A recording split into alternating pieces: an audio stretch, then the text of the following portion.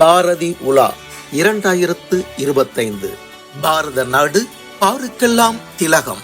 வழங்குவோர் techno products, தபம்ஸ் group of companies, auditor NRK, Savitri foundation, Manivasagar பதிப்பகம், Chennai Sai Sankara group of matrimonials, Bharathi Priya trust மற்றும் விசு கல்வி அறக்கட்டளை.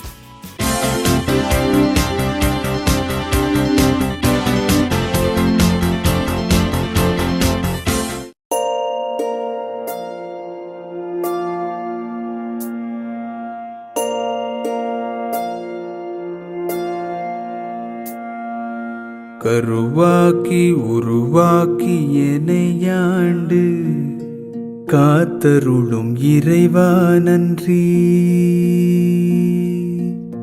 எங்கும் நிறைந்தோனே, எல்லை இலாதானே, எங்கேயும் எப்போதும் என் குலம் காப்பவனே. நெஞ்சம் துணிய துணையாய் வருவாய், நேர்மறை உணர்வுகள் பெருகிடச் செய்வாய். உடலில் உறுதியை பெரிதாய் தருவாய், உனை உணரும் அறிவை என்னுள்ளருள்வாய். சுற்றமனைத்தும் காப்பவனே, செய்தொழிலில் ஏற்றம் தருபவனே, எடுத்த செயலில் வெற்றி கொடு, என் ஆற்றல் பெருகிட அருளை கொடு.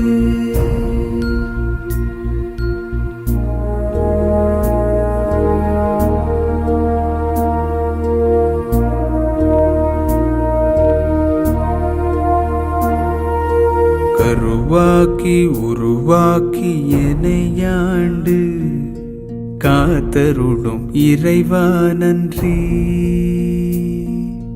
வல்லமை தந்து நீ வளர்ச்சி கொடு, அகத்திலும் புறத்திலும் மலர்ச்சி கொடு. உங்களுடைய எதிர்காலத்தை எண்ணி செயல்படுகின்ற அற்புதமான கவிஞர், தேசிய கவிஞர் பாரதியார். நீங்கள் அற்புதமான சக்தி படைத்தவர்கள். எங்கெங்கும் காணிடும் சக்தியடா, ஏழு கடல் அவள் வண்ணமடா என்று சொன்னேன் அல்லவா, அந்த சக்தி உங்களிடத்தால் இருக்கிறது. எப்படி பாரதி பல்வேறு நிலைகளில் பலவற்றின் மீது பற்று வைத்திருந்தாரோ, அந்த மாதிரி பாரதியின் மீது அளவு கடந்த பற்றும் பாசமும் கொண்டு எந்த நிகழ்ச்சியிலும் பாரதி வேடத்தோடு வந்து கலந்து கொள்வார். திருவண்ணாமலையைச் சேர்ந்த எழுத்தாளர், நந்தினி பதிப்பகம் திரு சண்முகம் ஐயா அவர்கள் மாவட்ட தமிழ்ச்சங்கத்தினுடைய செயலாளராக இருந்தவர், பல்வேறு நூல்களை எழுதியவர், நம்முடைய உரத்த சிந்தனை வாசகர் வட்டத்தினுடைய மாவட்ட பொறுப்பாளராக இருந்தவர். கடந்த ஆண்டு நிகழ்ச்சியில் பாரதியார் வேடமேற்று இங்கே நிகழ்ச்சியை தொகுத்தவர். இன்றைய தினம் அவர் பாரதியோடு பேச பாரதியிடம் சென்று விட்டார். அவருக்கு நாம் அஞ்சலி செலுத்தும் விதமாக ஒரு நிமிடம் அனைவரும் மௌன அஞ்சலி செலுத்துமாறு அன்போடு கேட்டுக்கொள்கிறோம்.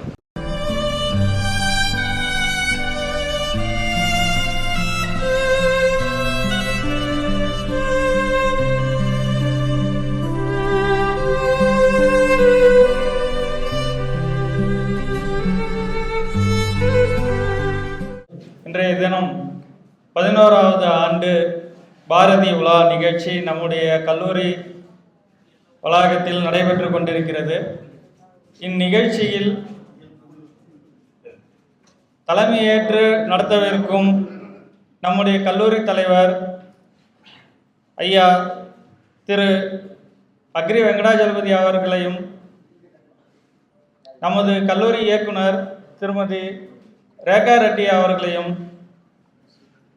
வருக வருக என்று வரவேற்று மகிழ்கிறேன்.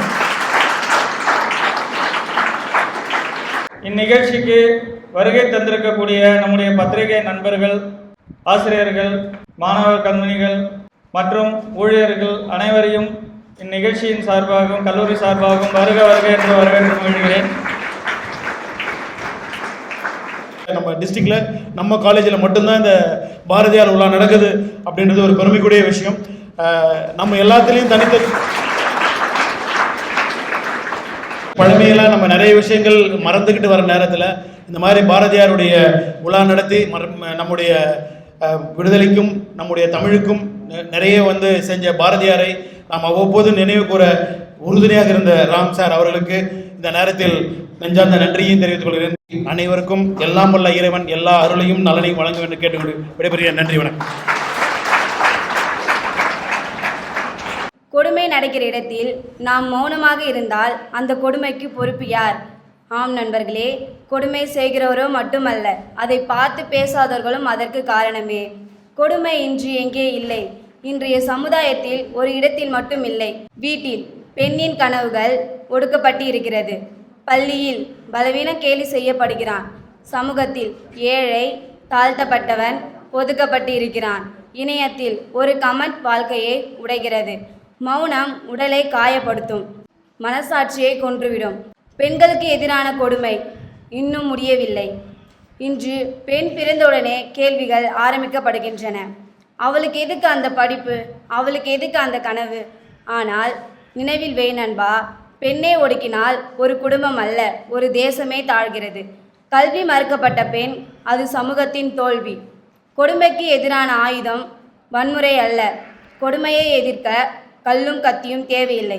தேவையானது தைரியமான குரல், நேர்மையான மனசாட்சி, நியாயத்திற்காக நிற்கும் மனம்.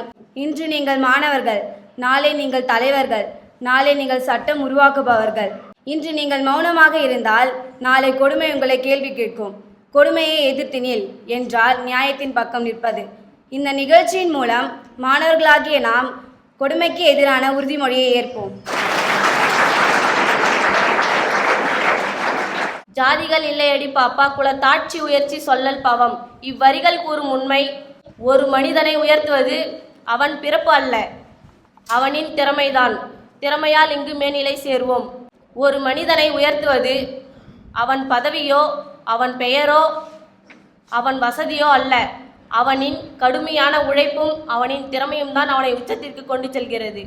அறிவியல் துறையில், தொழில்நுட்பத்தில் டாக்டர் அப்துல் கலாம் ஐயா அவர்கள் ஒரு சாதாரண குடும்பத்தில் பிறந்திருந்தாலும் அவரின் அறிவும் உழைப்பும் அவரை ஒரு ஏவுகணை நாயகனாக மாற்றியமைத்தது. மருத்துவத்துறையில் நம் இந்தியர்களின் மீது உலகளாவிய மரியாதையும் மற்றும் உயிர்காக்கும் காவலர்களாகவும் நம் இந்தியர்கள் செயல்படுகிறார்கள். ஒவ்வொரு மனிதரிடமும் ஒவ்வொரு தனித்திறமை உண்டு. அத்தனித்திறமையை கண்டுபிடித்து உழைப்பால் மட்டுமே உயர்ந்தால் வெற்றி நிச்சயம். ஜாதிகள் தான் சமூகம் என்றால் வீசும் காற்றில் விஷம் பரவட்டும். பிரிவினை உலகில் மிக பெரிய பிரச்சனையாகும். இன்றைய உலகத்தை பார்த்தால் நாடுகள் நாடுகளாக இல்லை, மக்கள் மக்களாக பிரிந்து நிற்கிறார். அதற்கு என்ன காரணம்? மொழி காரணமாக பிரிவு, மத காரணமாக மோதல், அரசியல் அதிகாரத்தினால் போட்டி. இந்த பிரிவினைக்கு போக்கும் அமைதியின்மைக்கும் மக்கள் இந்நிலைகளுக்கும் பெரும் காரணமாகிறது. ஒற்றுமை என்பது அனைவரும் ஒரே மாதிரியாக இருக்க வேண்டும் என்று அர்த்தமில்லை. வேறுபட்ட மொழி, மதம், ஜாதி, பண்பாடு, கலாச்சாரங்கள் ஆகியவற்றை ஒன்றியிருந்தாலும் அனைவரும் நாம் இந்தியா என்ற பெருமையுடன் ஒன்றிணைந்துள்ளோம். அது மட்டும் இல்லை என்றால் நாம் அனைவரும் இந்திய நாட்டை பல பங்குகளாக துண்டு போட்டு வைத்திருப்போம். பாகிஸ்தானையும் பங்களாதேசத்தையும் பிரித்தது போன்று. இந்தியாவுக்கு ஒற்றுமையினால் கிடைத்த பெருமைகள் என்னென்ன தெரியுமா? இந்தியாவில் மிகப்பெரிய ஜனநாயக நாடாக நாம் இந்தியா உள்ளது. ஐநாவில் மிகப்பெரிய மரியாதை நாம் இந்தியாவுக்கு உள்ளது. ஒரு பெண் என்பவள் அழகு மட்டுமல்ல, அவள் அறிவின் வடிவம், அவள் சிந்தனை ஒரு உலகை உறக்கிச் சொல்லும். இந்திய பெண் வீட்டில் அடங்கியவர்கள் அல்ல, தேசத்தை தாங்கி நிற்பவர்கள். ஒரு பெண் தாயாகவும் மனைவியாகவும் மகளாகவும் பல பொறுப்புகளை சுமந்தாலும் அவள் தன்னம்பிக்கையை எப்பொழுதும் இழப்பதில்லை. இந்திரா காந்தி முதல் இந்திய பெண் பிரதமர், கிரண் பேடி முதல் IPS அதிகாரி. பெண்களுக்கு நிர்வகிக்க தெரியாது என்ற கருத்தை முழுமையாக உடைத்தவர்கள். மாணவர்களே, பெண்ணை எப்பொழுதும் தாழ்வாக நினைக்காதீர்கள், சமமாக மதியுங்கள். பெண்ணின் கனவிற்கு சிறகுகளை கொடுங்கள். ஏனென்றால் ஒரு பெண்ணின் வெற்றி ஒரு குடும்பத்தின் வெற்றி, ஒரு குடும்பத்தின் வெற்றி ஒரு நாட்டின் வெற்றி. மீசை கவிஞனே, முண்டாசு வீரனே, எட்டயபுரத்து கவியே, நெற்றியில் வீர திலகமிட்ட வீர திருமகனே, உன் இருவிழி பார்வையில் கலனாய் எரிப்பவனே, உன் கவி கேட்டு புகழாத மனிதர் இல்லை. அகண்ட அகிலமும் உன் புகழ்பாடும் தமிழும் உனக்கு தலைவணங்கும். அகண்ட அகிலமும் உன் புகழ்பாடும் தமிழும் உனக்கு தலைவணங்கும்.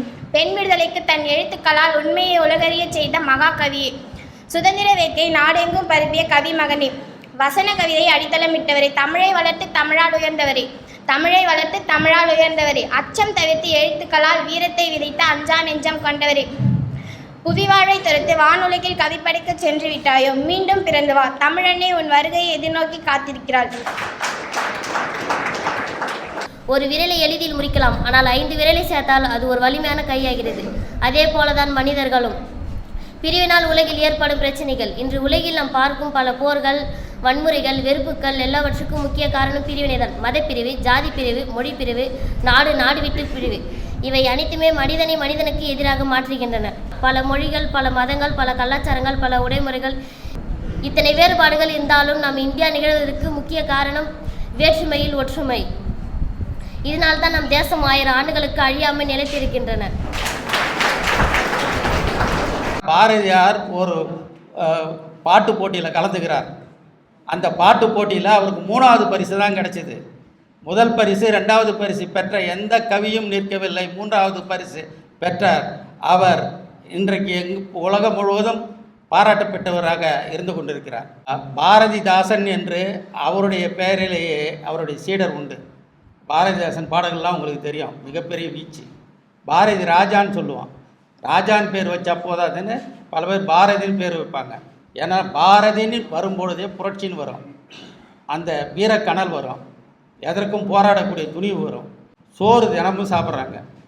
சோறு தேடி நிதம் தின்று பல சின்னஞ்சிறுகதைகள் பேசி மனம் வாடி துன்பமிக உழன்று பலர் வாட பல செயல்கள் செய்து நரை கூடி கிழப்பெருவம் மெய்தி கொடும் கூற்றுக்கு இறை என பின் மாயும் சில வேடிக்கை மனிதர் போல வீழ்வேன் என்று நினைத்தாயா.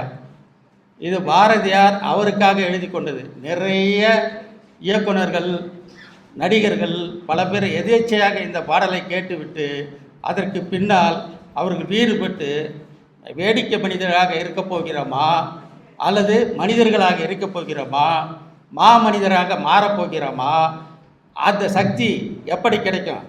I love my self. முதலில் நம்மை நாமே காதலிக்கணும். அப்படி காதலித்தால் உலகம் நம்மளை காதலிக்கும். எனவே நீங்கள் ஃபஸ்ட்டு தெரிஞ்சுக்கிறது உங்களை நீங்களே காதலிக்கணும். 2வது தெரிஞ்சுக்கிறது 2 விஷயம்தான். 2வது நாம் தெரிஞ்சுக்கிறது பெருமைக்கும் ஏனைய சிறுமைக்கும் தம் கர்மமே கட்டளைகள்.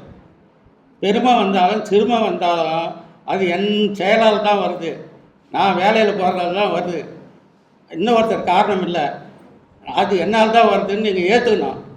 அப்படி நீங்கள் பொறுப்பு ஏற்றுக்கினா தான் நாம் வெற்றி பெறவே முடியும். எங்கள் அப்பா அம்மா சரியில்லை, எங்கள் ஆசிரியர் சரியில்லை, என் பள்ளிக்கூடம் சரியில்லை, என் பக்கத்து வீடு சரியில்லை, என் நண்பர் சரியில்லை, இப்படியெல்லாம் சரியில்லைன்னு இந்த அரசாங்கத்தையோ அரசியல்வாதிகளையோ இது வரக்கூடிய நடிகர்களையோ இவன் சரியில்லை அவன் சரியில்லைன்னு சண்டை போடுறது விட்டுட்டு நான் சரியாக இருக்கணும்னா நான் செய்யக்கூடிய செயலுக்கு, நான் அடையக்கூடிய வெற்றிக்கு அல்லது நான் அடையக்கூடிய தோல்விக்கு நான் செயல்படுவது தான் காரணம்.